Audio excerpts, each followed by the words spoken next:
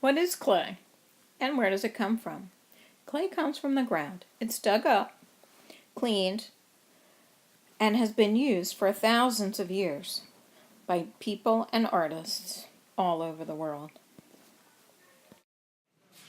So today you're either going to make this snail, which we practiced with Play-Doh out of real clay, or this butterfly. Both projects are what we call three-dimensional. This one stands up, and this one is bent a little bit. It's not completely flat. What do you think I mean by three-dimensional? One way to think about it is you've probably been to a 3D movie. To make the snail, like we practiced, you'll take a bigger piece and roll it into a long coil.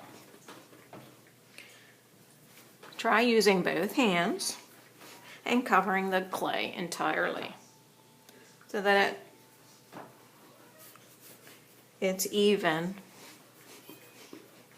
and not skinny on one end and fat on the other end. When you have a pretty good size coil, about this big, you're going to then roll it into a spiral to make the snail's shell and set it aside. And then take the shorter piece and make a thicker coil, fatter, and not as long for the snail's body. When you have both pieces,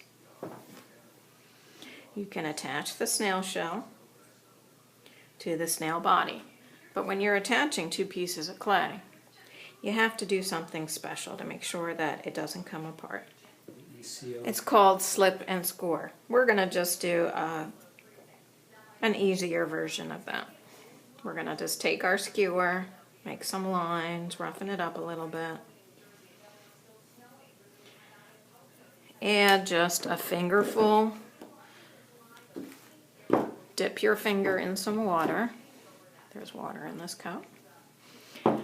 And just what's on your finger, put it on top of all those scratch marks you made.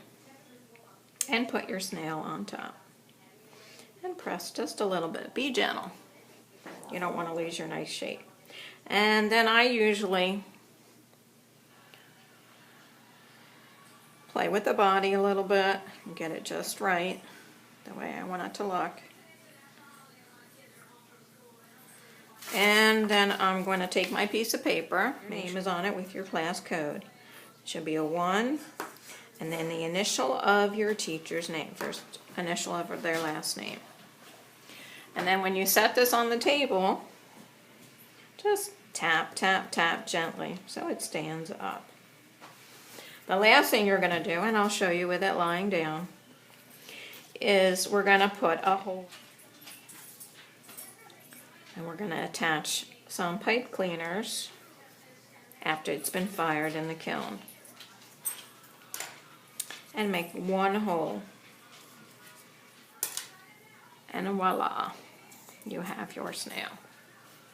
So you made it with 2 coils of clay. Coils are those long snake things that you rolled at the beginning. To make the butterfly, you're going to use a slab of clay, which you're going to form into a ball.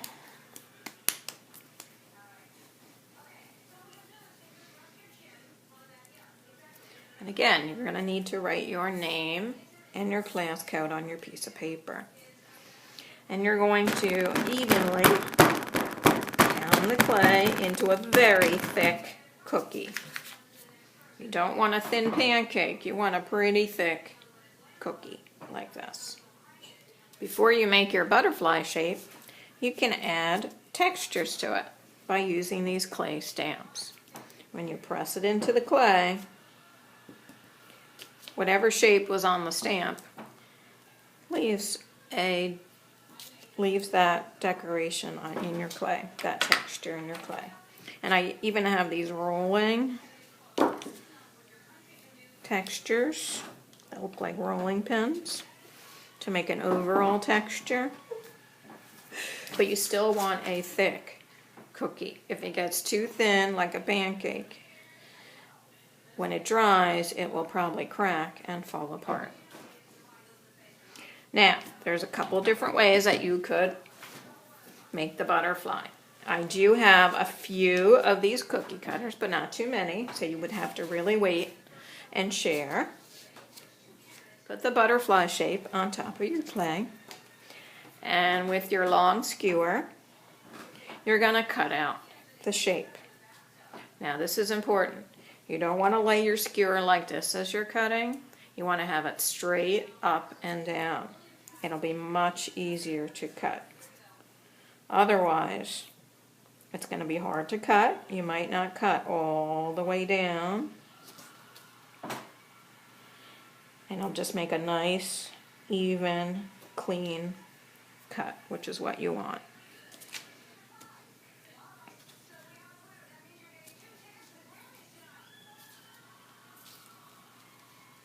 And cut it all the way around. You're still making sure that you hold it straight up and down. Don't go like that.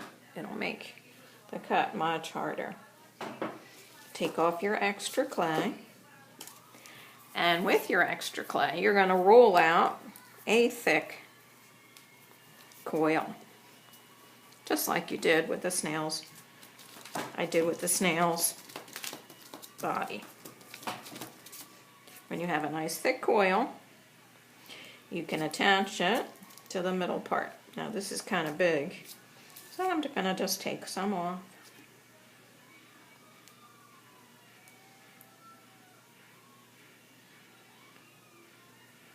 And lay it on top of your butterfly. Now you're attaching 2 pieces of clay, so you need to do that score and slip thing again. So I'm going to be putting it in the middle of the butterfly, so I can score right here where I know it's going to go. Make some scratch marks. Dip my finger in that water, just one finger, and whatever's on your finger, lay it on top of your scratch marks. Put the body of the butterfly on top and gently push down just a little bit. Now if I wanted to add some more of these textures, I could do that now. But be gentle. Again, you don't want to make the clay